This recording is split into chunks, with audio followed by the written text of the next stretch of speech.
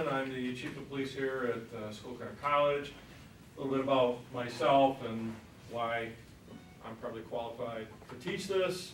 I mean, a lot of this stuff you're probably familiar with, so it might be friendly reminders, but I spent 31 years at the city of Westland, and at that time I was a SWAT team leader. I was running a multi-jurisdictional task force. I was a subject matter expert for the state of Michigan, teaching police and developing policy for subject control techniques and firearms. When I retired in 2005, I went into the private sector. I was involved in corporate security at Visteon at world headquarters.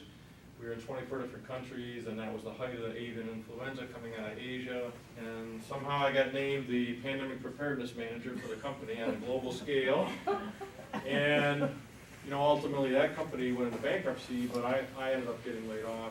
Resurfaced as a security director for a large nonprofit from 2006 through 2011, and Schoolcraft College came calling. At that large nonprofit, we had 18 agencies pertinent to this discussion. 6 of them were day schools, and I got lured to come over here and back into police work because I knew the chief of police, John Manju, was going to be retiring. So here I am. And I've done a lot of this stuff in the public and the private sector. I've done a lot of this stuff in the public and private sector before I decided, well, maybe I should get some certifications in these things. So there's a couple different things that I'm certified in regards to this. And one of them is ALICE. A lot of you probably heard about ALICE, Protective Measures for Active Shooter Mitigation. And ALICE is an acronym, and there's many of them. And we'll talk a little bit about that later, but ALICE stands for Alert, Lockdown, Inform, Counter, and Evade or Evacuate. And that's kind of the most publicized one right now for training teachers and things like that for these kind of critical incidents. The other one out of the Texas State University with a Homeland Security grant is the Advanced Law Enforcement Rapid Response Training, Civilian Response to Active Shooter Event instructor, crazed. So I don't like to use the word stupid in an educational environment, but from my experience in the public and the private sector in doing this and being now certified in those things, I've taken out what I think works the best, what I've seen works the best, and I believe in keeping things simple. So if we just use the KISS principle, but just KIS, right, we're left with keep it simple. And we're leaving out that stupid part, right? So we're going to keep it simple, and we're going to talk about run, hide, fight. And that's pretty simple. You're going to end up seeing a 6-minute video. That video teaches pretty much everything you need to know, and we're going to expound upon those points, and then we're going to take it a little bit step further when that... How many have seen the run, hide, fight video? Okay. So if you recall at the very end, it pretty much has people lined up on either side of the door, but it freeze frames when somebody comes in the room with a gun and they're about to bonk them in the head with a fire extinguisher or a chair or something like that. But it doesn't, so that's the fight part of it, the run, hide, fight, but it doesn't go into much detail other than bonking somebody in the head with an object. So we'll talk about that when we get to it. And so let's put this in a little bit of perspective, right? Why are we here today?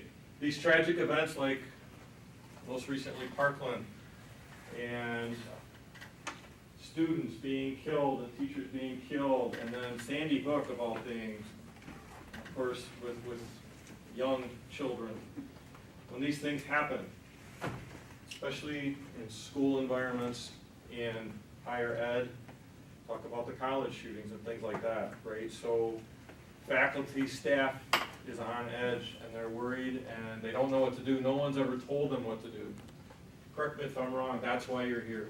You want to learn about protective measures, and I'm going to give you options for consideration as opposed to hiding and hoping, laying under a desk, or putting your head down on a chair like Christina Anderson did at Virginia Tech because no one told her as a student what she should do. When Cho came into the room 204 and started shooting everybody that he could. There's a better way, and we're going to get to that part. So let's keep it in perspective, right? So Anybody been on an airplane? Right? Experienced turbulence? And that turbulence, what are you feeling when that's going on? A little bit of angst, a little bit of nervousness, right? Maybe you're gripping the armrest a little bit and you got a queasy stomach or butterflies. And what do you think the pilot's doing up front? Is he feeling the same way? Probably not. Was Sully feeling that way when the engine's flamed out and he's trying to land this thing on the Hudson?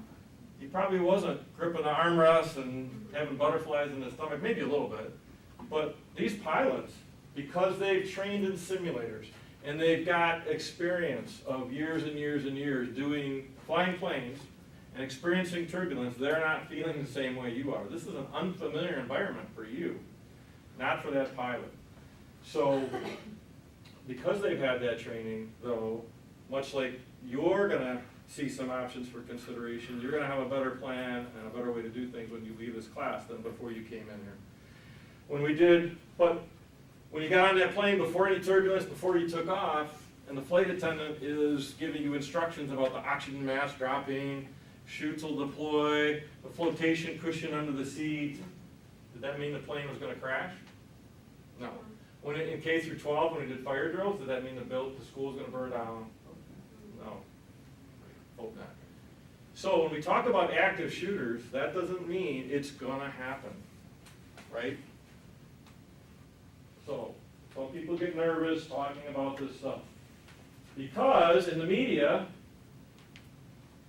we see it on TV, we hear it on the radio, we read it in the newspapers day after day, week after week. It seems to be happening all the time, somewhere, and you come to believe that these are all happening at schools, or the majority of them, but that's not the case.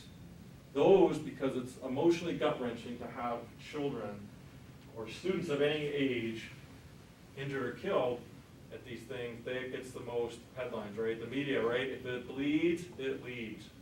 So, but I can tell you that's not the case. One is too many, right?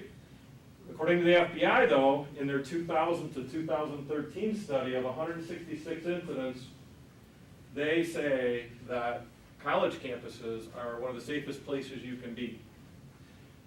One is too many, but a quarter of those 166 in that study were at colleges or schools.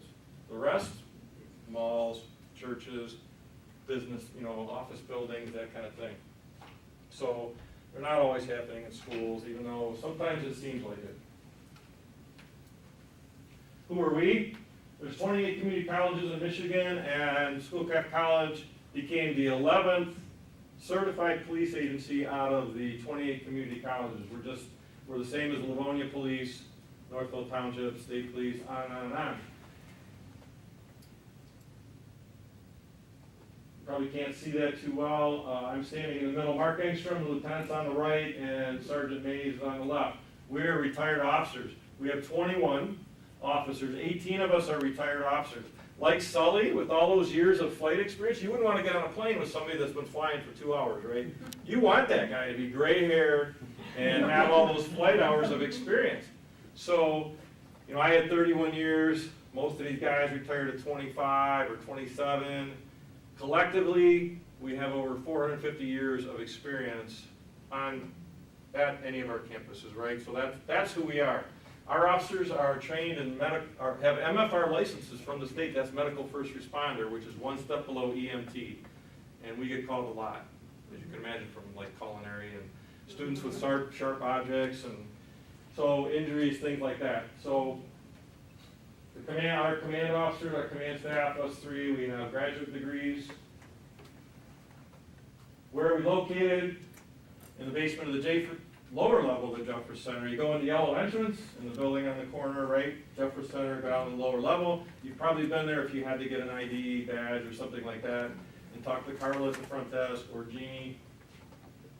So, these incidents, these events we're talking about, seconds count in an emergency, but the police are minutes away. In those seconds, maybe your staff, and you have colleagues, maybe you're a supervisor, you have subordinates underneath you, maybe you're faculty, and you've got students in your class. The seconds before the police get there, what you do in those seconds may mean the difference between life and death, injury or not being injured. I can tell you that of any of these incidents, rooms that locked down, whether they had a key or not, and we'll talk about what lockdown means, rooms that locked down, nobody got killed in those rooms out of all of these incidents. So, we'll talk about that. You guys are actually the first responders. Of those 166 incidents that the FBI looked at from 2000 to 2013, the average police response time was 3 minutes. Some were more, some were less, but the average time was 3 minutes. Hazard a guess on this campus what the average response time is? Less than a minute, I would assume. Pretty close, 60 seconds usually. So, key component, key core tenet of what we want to get across here. In these type of incidents, you're delaying, you're deterring, and you don't have to do it for 3 minutes. Here, usually you have to delay and deter somebody getting into a room if you can't run, if you can't evacuate, for 60 seconds until we get there. Keep that in mind. So, how do you call for help on this campus? I'm sure you've seen the red stickers on the phones. What's our number? 4424. Does 4424 work on your cell phone when it's dark at 5 o'clock in the winter out in the parking lot and somebody's out there making the hair on the back of your neck stand up? No. You can't dial 4424, can you? Do you have our number in your cell phone? Yes. I hope you do, because now maybe it's a couple presses to call us, but then there's always 911, so what do you need our number for? We're closer, we're quicker. Where does 911 go if you call from this campus or from the PSTC, Public Safety Training Center? Goes to Livonia Dispatch. Do you think that dispatcher or those officers that dispatcher tells on the radio knows where LA 200 is or F530? Do they know that we have 12 buildings here and where those places are and what those numbers mean? No, they don't. Now, of course, we have interoperability with Northville Township Livonia Police. They can get on our channel and tell us that somebody's called 911, and while they're sending cars, we'll get notified. If you call, but here's the thing, you call 911, they're gonna say, Livonia Police, what's your emergency? And they hear what you're saying, okay, hold on the line, please, don't hang up, while they're dispatching cars. So you can't get off the phone to call us. We'll talk about that in a minute.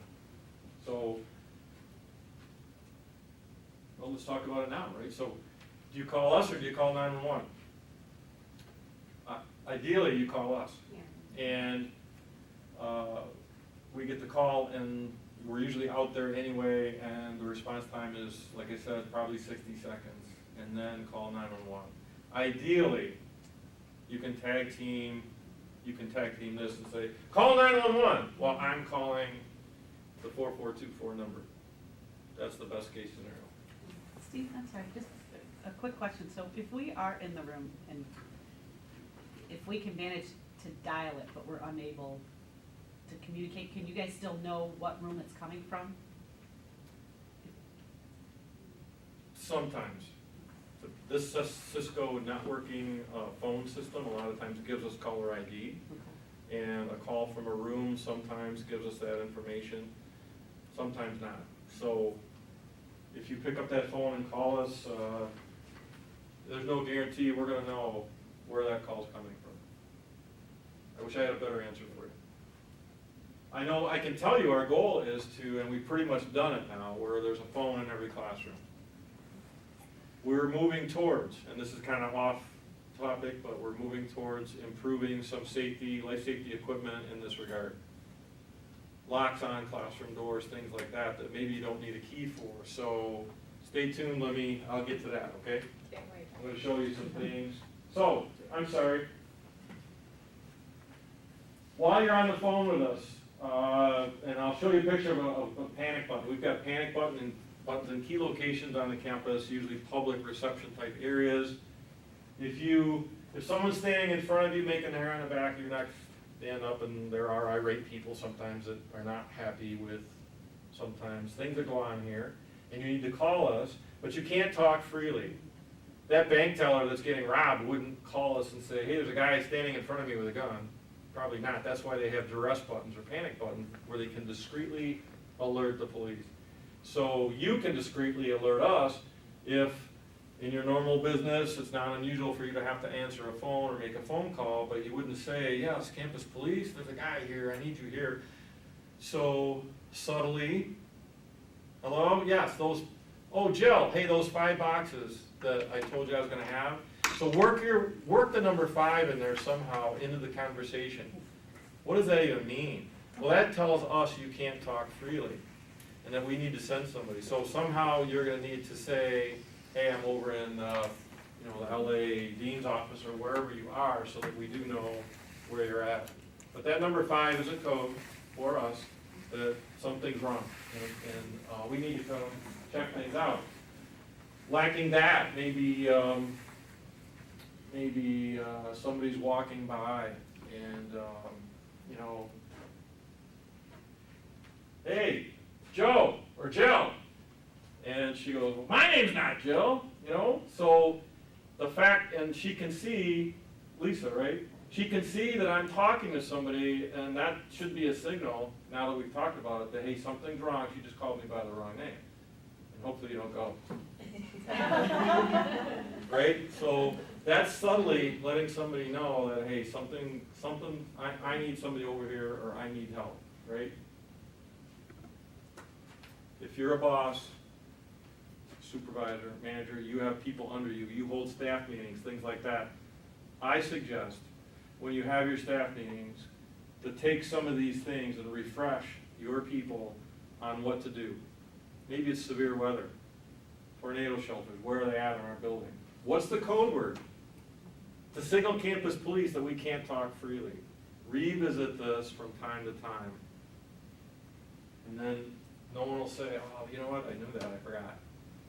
If under high levels of stress, trying to think of a sentence to put the number 5 in might be problematic. Ahead of time, write down on a sticky note or whatever a sentence with that in it, and keep it by your phone. So if you have to call us, then you don't have to think of something, right? As you're on the phone, you can see that sentence right there, and now you got it. Additionally, if you've got Outlook, if you're in a reception area, desk, whatever, you've got Outlook up, you can send us an email. In the to box, here's the global address list, right? There's 911 on there, 911 Livonia Campus, 911 Radcliffe Campus. If you're here, you select Livonia Campus, right? That will send an email to us, not as quick as a phone call, but there's probably 5 or 6 of us that would get this email. Somebody's gonna notice it, probably quickly, but not as immediate as a phone call. But please put in there while you're typing and somebody's maybe yelling at you and stuff like that, they don't know what you're doing, right? Tell us where you're at, because maybe we forget where Lisa's working, and here's an email from Lisa, and well, where's she working? Please tell us in the email where you're at, too. So if you go back to your Outlook computers, your computers with Outlook, and you manually type that in the first time, once you've done it, what happens when you start to type 911? It automatically populates it, you don't have to type the rest. You don't have to click 2, scroll down the list and select it. It's auto-populated. Panic buttons. In key locations, like I said, we have panic buttons. The blue device there is like the code blue phones that are out in the parking lot that you see. You press the button, usually these things are under the desk. They're not everywhere. We're trying to roll them out to all the buildings. They're only in some buildings right now. If you have one of these, you know what I'm talking about. There's some other older panic buttons that don't look like this, but they signal us as well.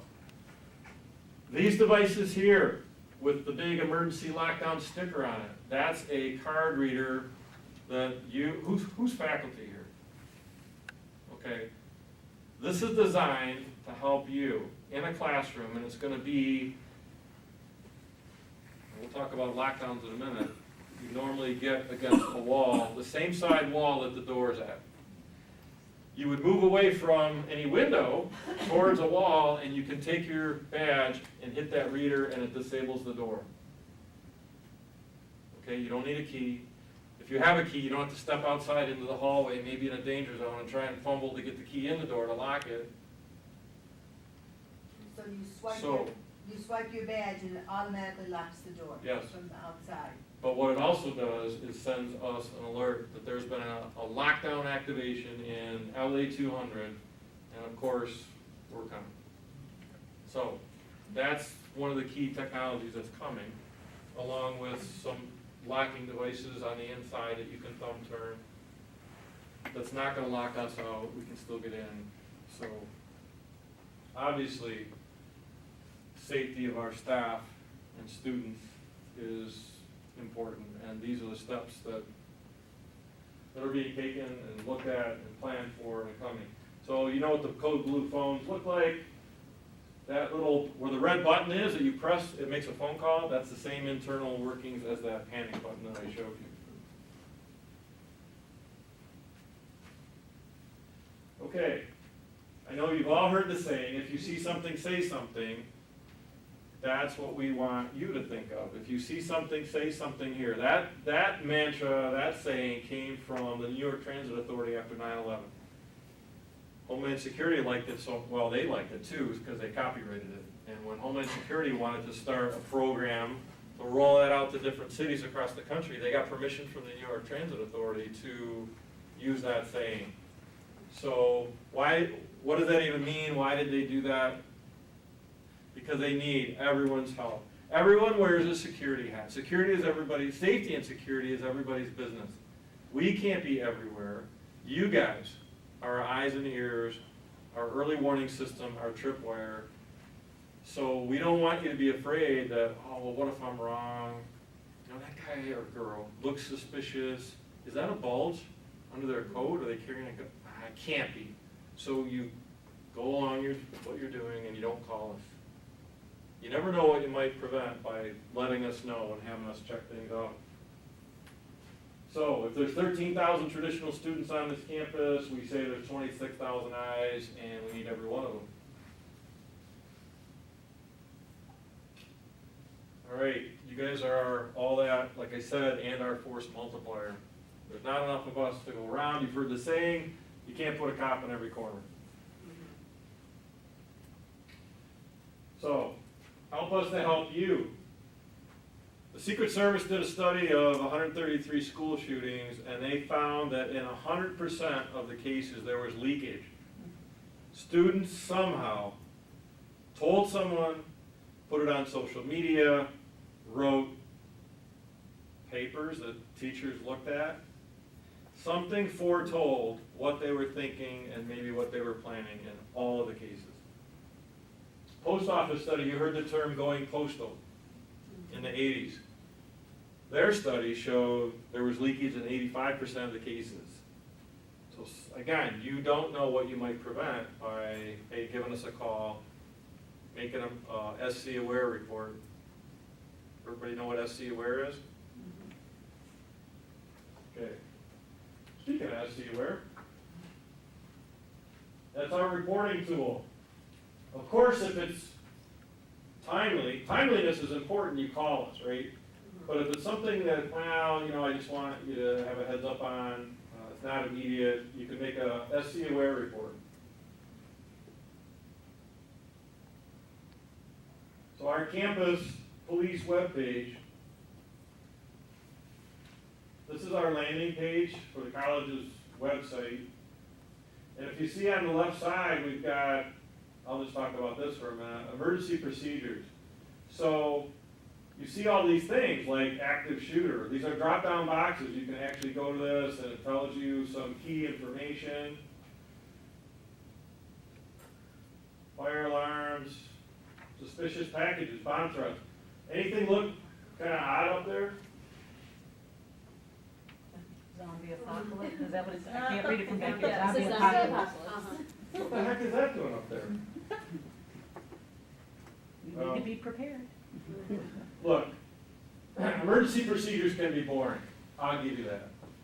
A lot of times we hand out crisis manuals and they go up on a shelf.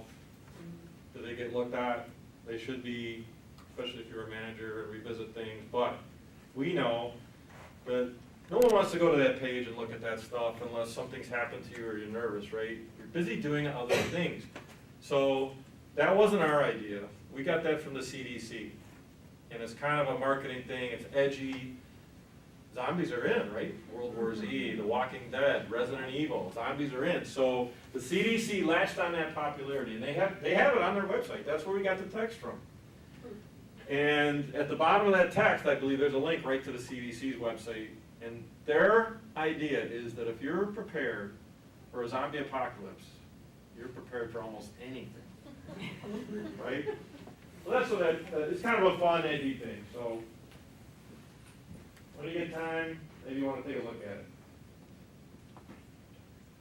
But on the left side of the page, we have safety resources. So you click on that, and here's our run, hide, fight video. We also have, if you see something, say something, awareness type video, and we've got even how to use a fire extinguisher. I think that's only about 2 minutes. So sometimes you think, well, everybody knows how to do that. Well, maybe not so much.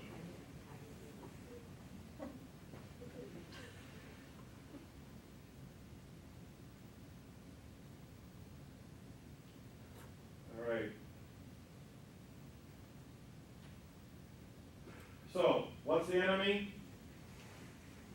Denial is the enemy. I like to say denial is more than just a river in Egypt. Right? Denial can come in, we take 3 different forms. Denial that it can happen, denial that it is happening, and denial that there's anything you can do about it. I submit to you that little picture on the lower left, if it can happen in Nickel Mines, Pennsylvania, a 1-room rural schoolhouse, it can happen anywhere. Now, remember though, the FBI says college campuses are the safest place, one of the safest places you can be in America. But that doesn't mean 5 minutes after we leave here that one of these things isn't going to happen. It could happen at any time, anywhere. This is why we're talking, right? You need to know, you need to have options about what you can do. I don't need to go through all these different things, all these places.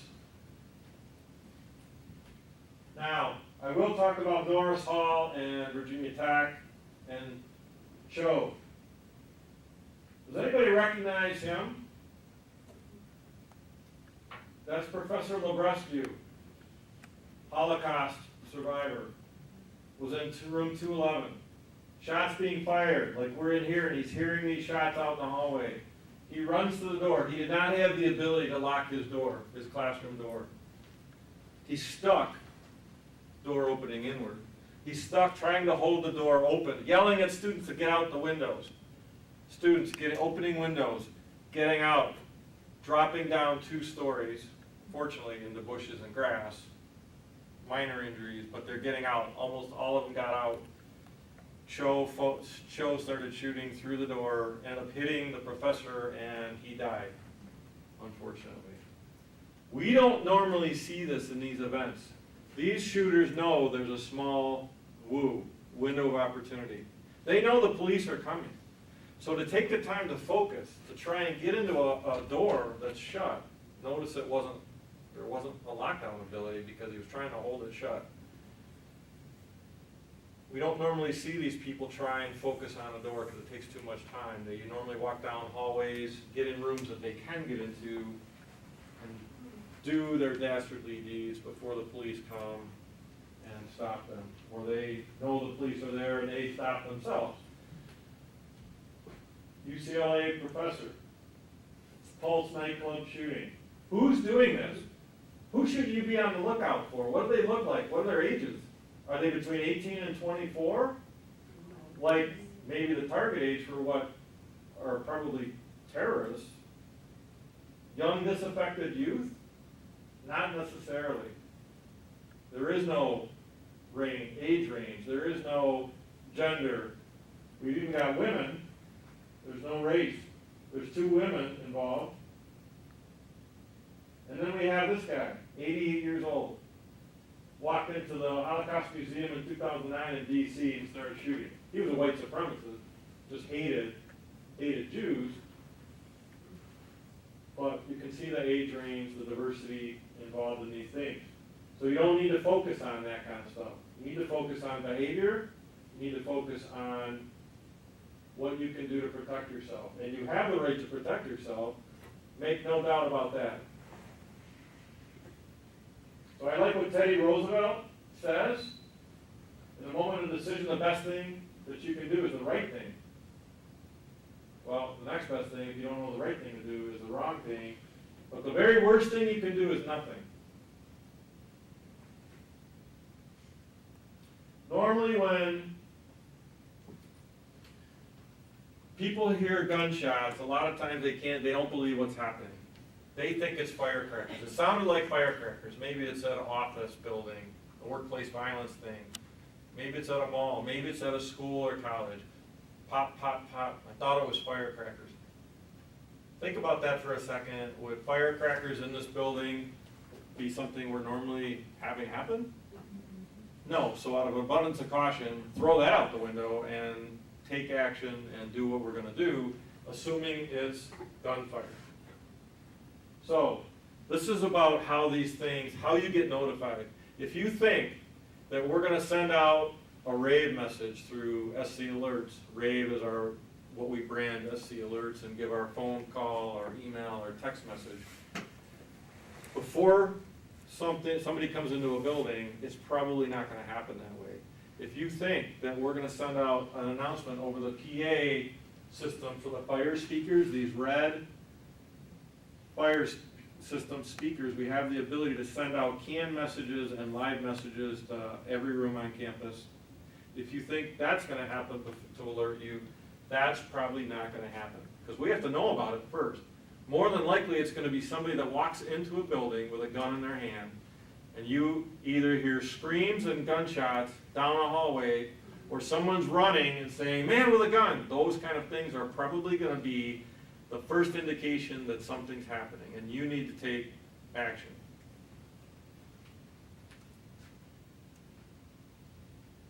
Hiding and hoping is not exactly a good model.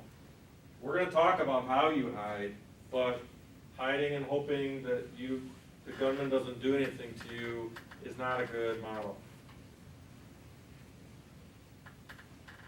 Now, I kind of talked about the different things out there. Alice Alert uses avoid, deny, defend, not run, hide, fight.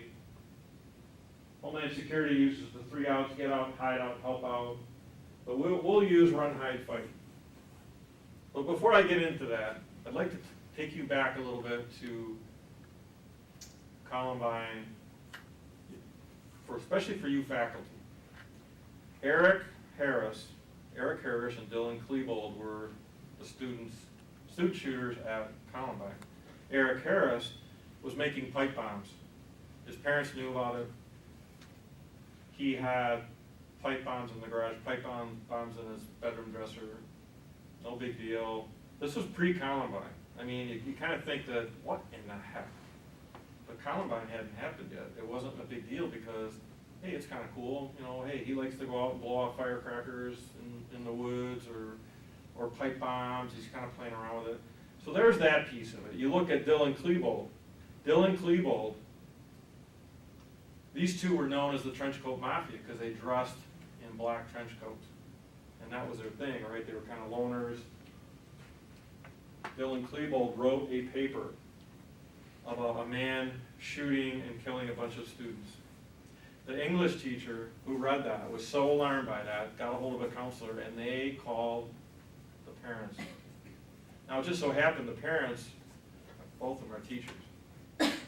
However, here's what Dad did. Dad was so offended by this, the suggestion that, hey, somebody needs to look at your kid, that asked for another counselor to be assigned.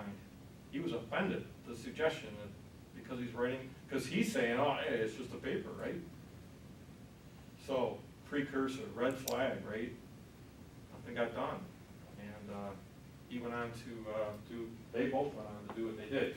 Cho at Virginia Tech.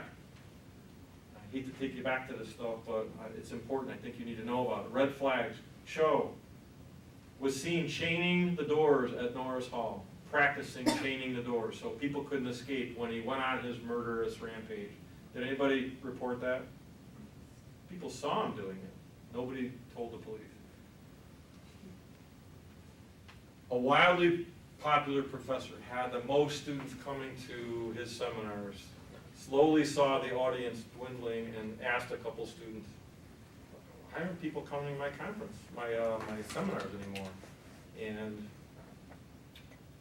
each person he asked said, because of that guy, when I had his picture up there at show, it's because of him. However it was configured at these seminars, he somehow had female students across from him, because if they wore a skirt or a dress, he would take his cell phone, and he wasn't trying to hide it. He'd put it under the table, taking pictures, trying to get upskirt shots, whatever. Anybody report any of this? No. So, these are the kind of things, you guys know, whether you're staff in a work area, or your faculty, taught probably many years in the classroom, you kind of get a sense, a thumb on the pulse of what's normal in your environment.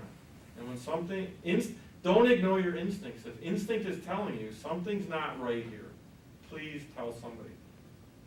Okay, you've got your SC Aware reporting system, which is Maxient. We branded it as SC Aware. You can do it anonymously. You don't have to put your name on it. But send those concerns in. It goes to a gatekeeper. If it's more of a counseling issue, it goes to counselors. If it's more a police issue, it goes to us. So, again, seconds count in an emergency and the police are only minutes away. So key concepts, pre-locking of doors. Does anybody know right now, while we're in this classroom, are these doors locked right now? This one's not. Thank you. I can tell you this one's not either. If you have the ability to pre-lock your doors in an office or a classroom, because some people have keys, some people don't, that's another story.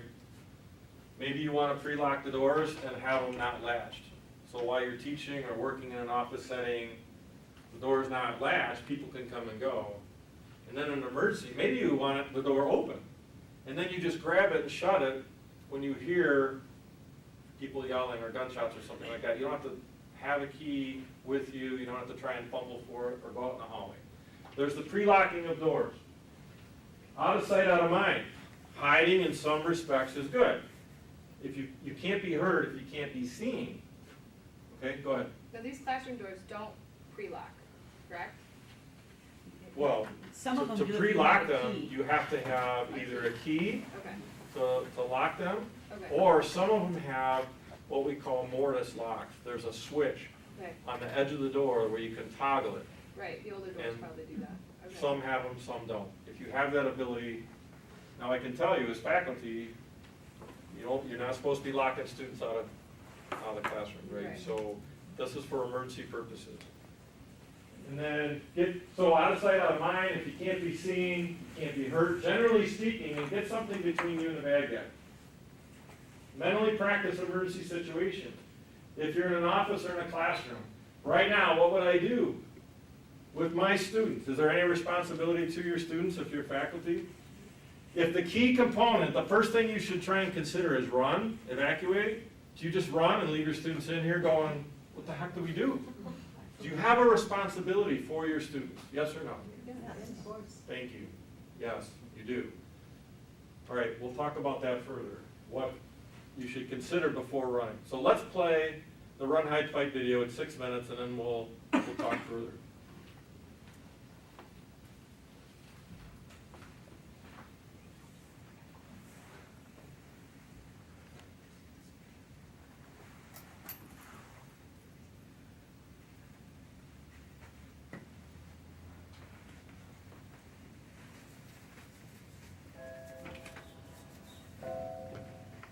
It may feel like just another day at the office,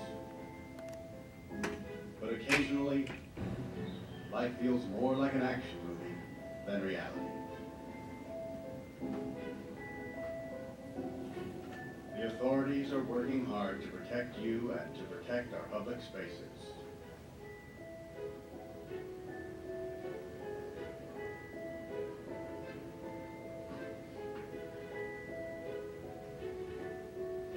But sometimes bad people do bad things. Their motivations are different. The warning signs may vary, but the devastating effects are the same. And unfortunately, you need to be prepared for the worst.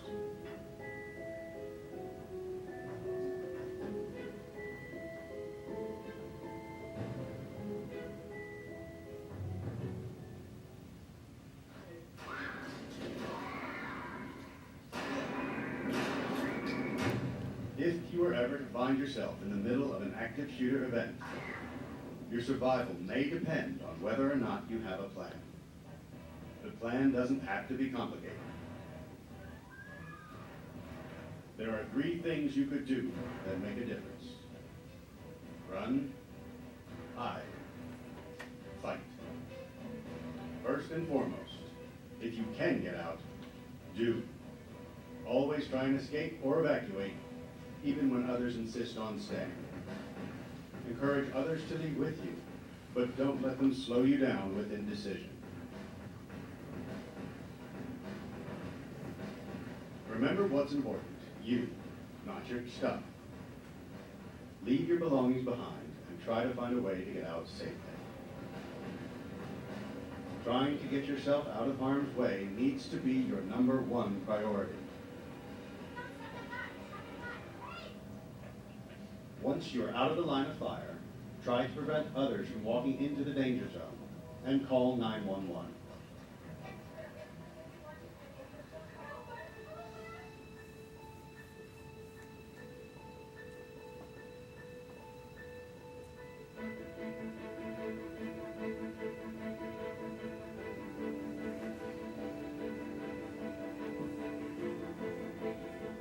If you can't get out safely, you need to find a place to hide.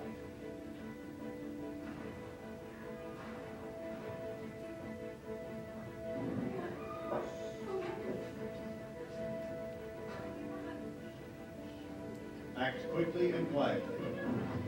Try to secure your hiding place the best you can. Turn out lights, and if possible, remember to lock doors. Silence your ringer and vibration mode on your cell phone. And if you can't find a safe room or closet, try to conceal yourself behind large objects that may protect you. Do your best to remain quiet and calm.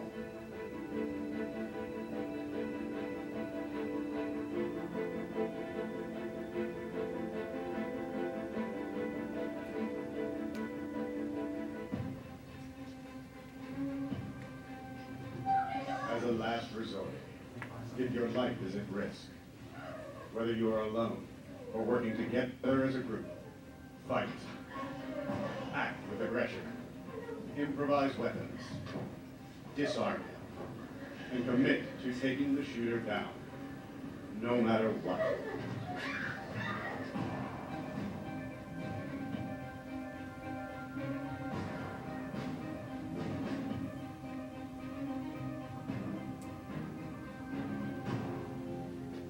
Try to be aware of your environment. Always have an exit plan. Know that in an incident like this, victims are generally chosen randomly. The event is unpredictable and may evolve quickly. The first responders on the scene are not there to evacuate or tend to the injured. They are well trained and are there to stop the shooter.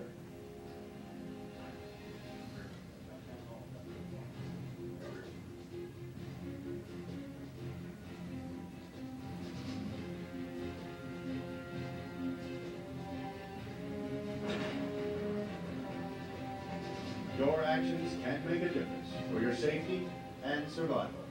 Be aware and be prepared. And if you find yourself facing an active shooter, there are 3 key things you need to remember to survive Run, hide, fight.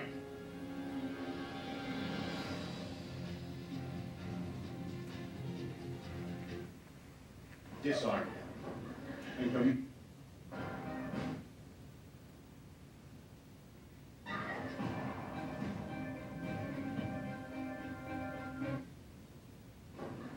commit to taking the shooter down, no matter what. Okay, this is where the run, hide, fight video just kind of stops and leaves you hanging with the fight part of it.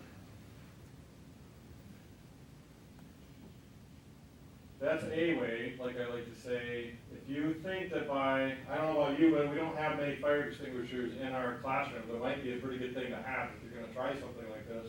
But the human body is pretty resilient and can take a lot of punishment.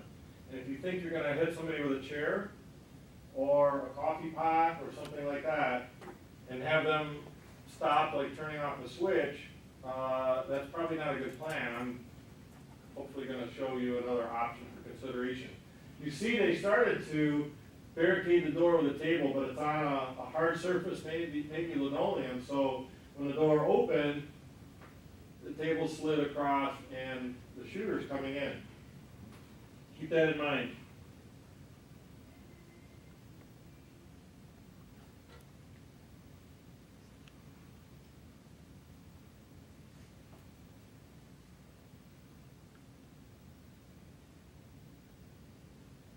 All right. Before we go further, let's talk about a little bit of priorities, right? The window of light. Protect yourself is number one, then you protect others. You can't help anybody unless you're helping or protecting yourself first. Protect the place. Warn and protect others. Alert your colleagues if you can. Calm your students. Notify public safety. Protect yourself first, protect others, give us a call. Hopefully you can use the team approach and assign other people to do some of those things. The first choice that you have is run. When do you run? Distance is your friend. And we call this active assailant training because in reality it's active shooter. But we don't want you to focus on the shooter part of it because it could be somebody else coming in with a knife or a club or some kind of other weapon. Who knows what's going on in some of these people's lives that want them to hurt other people. And if you only focus on the gun part of it, you're more than likely to have some intruder come in that's upset about something else, or maybe it's a domestic violence situation. In any of these things, distance is your friend, especially with a gun. Every step you take away from somebody with a gun increases your odds. So that's why we want to look at the run part of it first. But when do we run? If, like this classroom here, we know there's a door right here to the outside, we're pretty close to that. That might be a good option, especially if we hear the gunshots and screams down the hallway farther away. So if that's an option, we look out the window because there's a window, we open it, we maybe do a quick peek down the hallway just to make sure it's safe. Okay, now alert everybody out, get out the door. That's your best option, get out. 700 students evacuated, ran at Columbine. They all lived. I can go on and on and on about the people who ran, who evacuated. None of them got hurt. Good option. If you need to traverse, if that door wasn't there and we had to go way down this hallway and turn the corner, a blind corner, we don't know who's there, but we know there's a bad guy somewhere or girl somewhere here with a gun, maybe not a good option. You don't want to blunder into a shooter. If you're close to an exit and you have time, your first choice is run. So if you can't run, these shots are pretty darn close. I don't want to go out there, right? So now here comes the hide part, right? Well, how do we hide? You saw the video, out of sight, out of mind. The lady's pushing a giant printer in front of the door. So get something heavy in front of the door. No one told Christina Anderson in room 211 of Virginia Tech, what to do. She's a student. Boom, boom, boom, boom, boom, here's shots. Can't believe it's happening. None of the students in that room or the professor could believe it was happening. She did what a lot of others did, got down on her knees, put her head down on the chair, and hoped. And Cho came in. Let me tell you first, the good news is Christina Anderson was shot 3 times. That's not so much the good news. The good news is she lived, she survived. She now runs a foundation offering support to victims of these type of events. She didn't know what to do with herself for a long time because of the post-traumatic stress, things like that. But she's doing really good work and she's fine. But somebody who was shot 3 times, again, the human body's pretty resilient. 80% of the people shot with handguns survive. Cho came in, walked down the hallway, shot everybody that had their head down on the chair, or that he could. Left. And she talks in the video, I'm not going to play it, we don't have time, but she talks about what it felt like to get shot, the burning, the stinging sensation, and then Cho came back in. So sometimes people ask the question, should I play dead? What did he do? He came back and the people he shot already that he thought were either already dead or maybe playing dead, he wanted to make sure they're dead and walked up and down the road again and shot everybody again. So fortunately she survived even though being shot 3 times.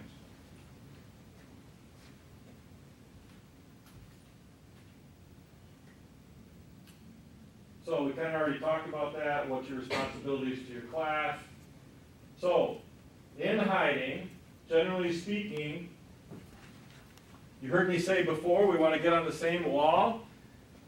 So, someone yells, man with a gun, you hear shots, something like that. You move away from this, what we call a fatal funnel, and you get to the side where you can't be seen, or if bullets get shot through the door, you're not going to get hit. So you go on the same side wall, turn the lights out if you can, silence cell phones like you saw in the video.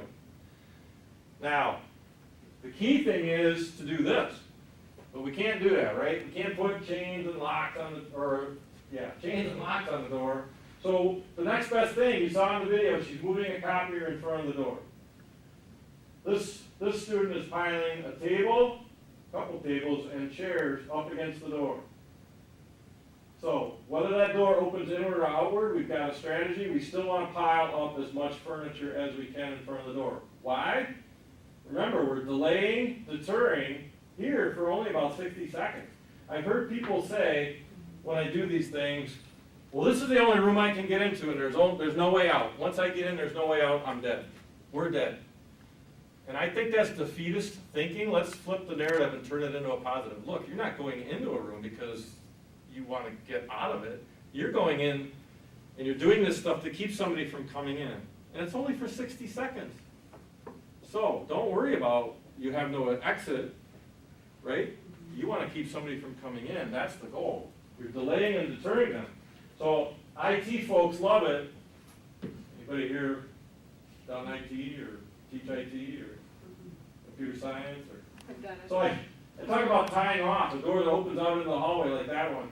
Grabbing a network cable from the podium or something like that. And I was just seriously thinking, do I bring rope to my class? No, I would totally use that. That would be something totally what I would yeah, use. so paracord would work, Yeah. Maybe a belt, a power, electrical cord, power cord, something like that. I like this. I like a sea of stuff that even if the door opens, the person's going to blunder into trying to get through furniture. And if they've got 2 hands on a gun, they're now forced to take a hand off a gun and try and move stuff out of the way if they're still intent on trying to get in.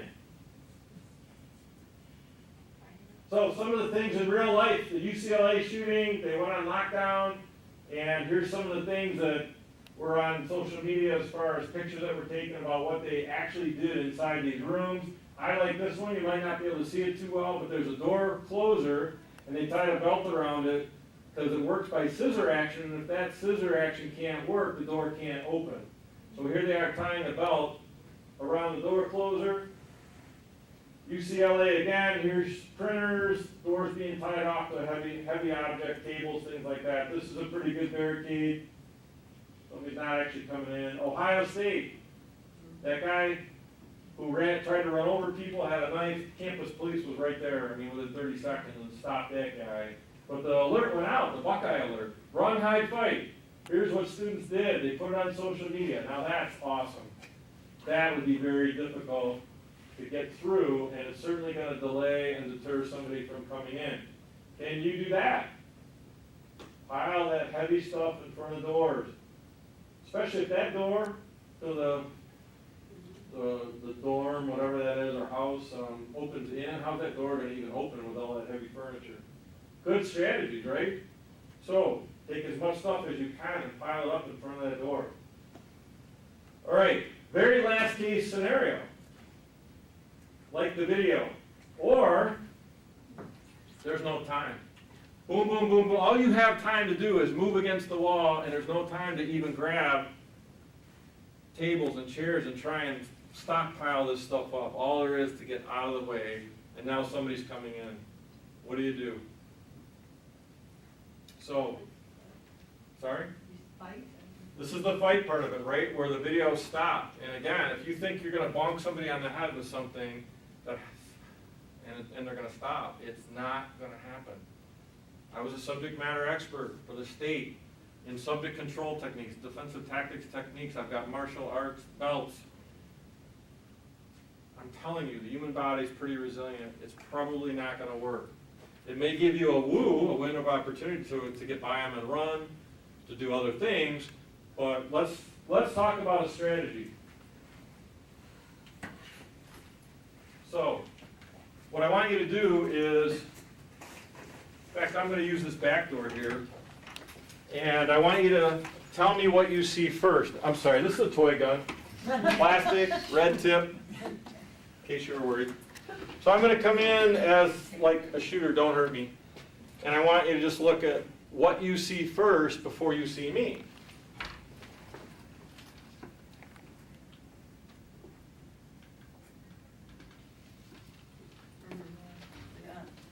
So, the gun comes in first, right? We're going to exploit that.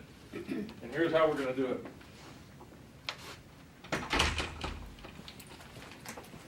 So I need a volunteer.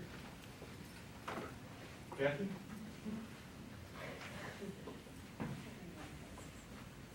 All right, don't hurt me.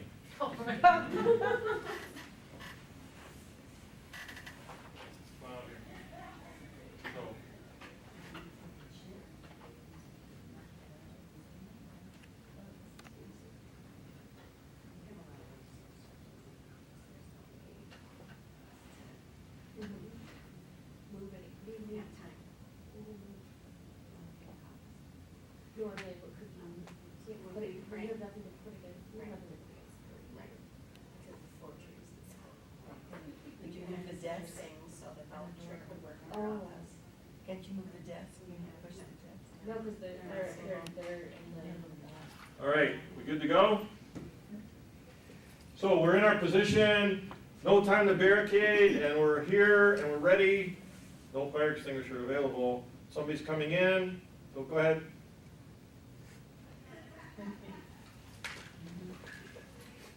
Stop, freeze, don't, Kathy, don't move. So, key in on, no, you're moving. Key in on where her head is compared to her hips. Yeah. Okay? So stand up. Thank you. I'm not done. Okay. So, as bipeds, we're on balance when our head's over our hips. Now I can off balance you if I tilt you one way or another, your head off center your hips by only 5 degrees. But look where her head was. And I don't need to teach you martial arts. Here's a key concept. Now, you're not going to do it like I did it, right? Remember, you need to be fighting. This is the absolute last resort. Fighting for your life. You need to fight like it's for your life because it probably is. And hopefully there's more than one of you because, well, let's say I'm doing that. The other person's grabbing her or him around the head. And when you control the head, you control the body. And others are grabbing legs. All you're doing is weighting the person down. You're swarming them and you're sitting on them. Now keep in mind too, when I did this, back up a second, come in with it. When I did this, I didn't go like this. Yeah. Or like that, did I? And I didn't go like this, because somebody is still very strong like this, and they can rip that back down, very powerful, but doing this and having their head go forward, and if I did this with momentum, if I went like this and just lowered my weight, I'm not teaching you special techniques, you're just lowering your body weight. Her head's going naturally in front of her hips. And if she was actually walking on the move faster, and I told her to go slow for demonstration purposes, if she's on a move and boom, the person's probably gonna go down on their own. And that's where everybody's piling on and things like that. Make sense? Yeah. So, wanna try it on me? Okay, all you're gonna do is, well, I can tell you, I did this for Human Resources a couple of years ago. So I did the exact same thing, gave instructions out there, and hey, don't hurt me. Yeah. So I came in, I was the bad guy, and I'm expecting one lady in Human Resources to clamshell my hands, not the gun, because what if it's a knife too? If it's a gun, I could rip it back out. If it's a knife, they're not gonna control it. You need to control the hands. Police officers on traffic stops are taught, or when they're talking to somebody, watch the hands. It's the hands that can kill you. So that's why you're grabbing the hands. That's what I'm expecting. And not only did someone grab my hand, they put a second staff person in there, in the mix, now grab my head, and somewhat violently too, and I think I did everything but fall on the floor. And it was funny, you know, but I applauded them because they thought of that on their own, and that's what we want you to do. That's the concept.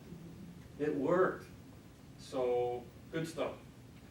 All right, so you're gonna stack up here and just wait, and then, now, this is, for all intents and purposes, kind of a pistol, but a long gun, like a rifle or a shotgun, is even easier to control because there's so much leverage involved with you being able to control it. So as I come in, you're gonna clamshell and just lower and just bend at the knees and just drop your weight. Okay, I Okay. see, okay. Ready? Yeah.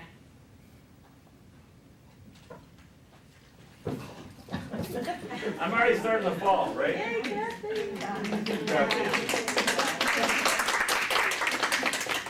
So, you don't need special training. You need to know key concepts. Yes? So you're always going for the hands. Go for the I'm hands. sorry? Go for the hands. Go for the First, hands, yes. that's foremost. Now, the other people might be grabbing around the head and just dropping your weight, might be poking the eyes. Right, but it's the Those- hands versus the weapon. The hands first versus the weapon, right? Because if it's just the weapon, maybe your hands are sweaty, maybe I can still get it out of your hands. Or you grab it and it goes like this. It's not doing anything to off balance me. So, come on up, can we? Sure. While we're on that subject of hands, here, hold the gun like this. I can do this, and this is what I'm showing you because it's easy. But if you absolutely go like this and wrap your arm around it, it's even more secure. Now you're not worried about trying to clamshell the hands. It's super easy. It's a gross body motor function. Thank you. Right? So you can kind of see it, and you'd be going flat out, trying to take this guy down to the floor, controlling a weapon. Make sense? Yeah. All right, that's the fight part of it. So, you're probably not gonna need any of this stuff, because again, college campuses are some of the safest places in the country. Questions? Hey, I need a couple more minutes. Let's recap.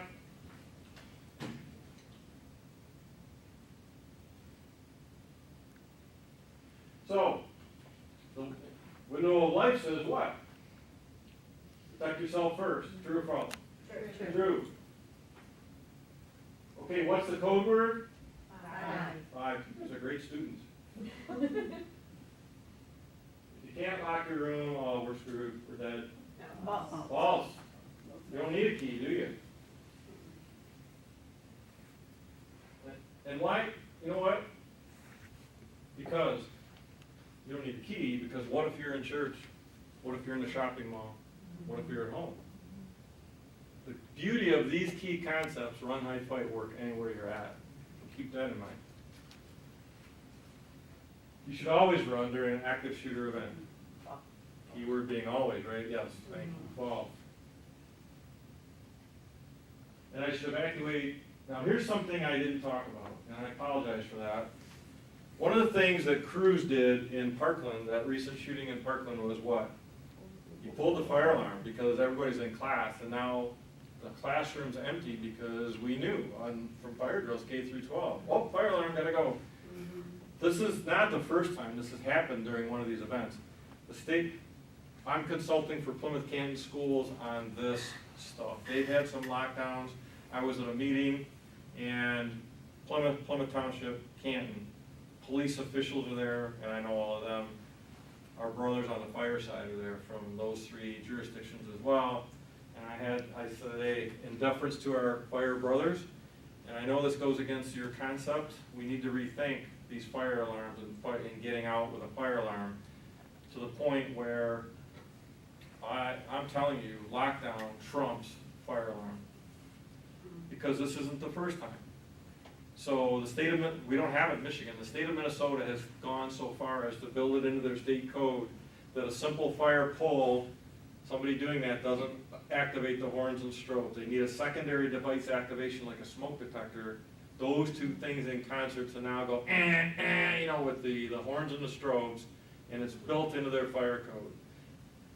If you hear a fire alarm, that quick peek that I talked about before the run part of the evacuate, to make sure it's okay, don't blunder out and lead your students or colleagues out into a hallway on a fire alarm. Quick peek first, make sure everything's okay. Because there might not be a fire, it might be somebody trying to get everybody out of their rooms and into a hallway. Make sense? Yeah. So having said that, should you evacuate immediately on a fire alarm? Thank you. Now, what do you got? Questions? But you know, I never heard about the number 5, and I've been here 12 years. I've never heard it talked about. Thank you. Every time I do one of these things, I always have somebody say, no one ever told me that. We're ramping up our training. Why I haven't really had access to faculty in the past for doing this stuff, I taught at a Welcome Back one time years ago, and we talked about this stuff, but not all faculty comes to Welcome Backs either. This is being recorded right now for the purposes of distance learning for our faculty, adjunct faculty that can't make it in here. So they'll be able to watch this in the future. So, But I think. so the point is, this message is spreading, it is getting out, and I apologize for When we that. have staff meetings, I should bring it up to the staff. You know, when we have a meeting, it's Right. very important. Yep, friendly reminders, revisit this at your staff meetings from time to time. So, thank you. Thank you. What else? You're more than likely not gonna have to use this stuff. But that doesn't mean leave here and now go back to your emails and your teaching of your students. And don't think about this stuff again. Visualize what you would do. Think about it. Have these tools in your tool belt. If, God forbid, something happens like this. So, before you came in here, did you know any of this stuff, maybe other than run? Hopefully you learned something. Hopefully I gave you options for consideration other than just hiding and hoping. I'm also gonna put the full number of the police Yes. department in my cell phone. I don't have it in there. It's a great idea. You will now, thank you. Yeah. All right, you've been great, thanks. If you got questions, you know how to get a hold of me, you know where I'm at. I'm not just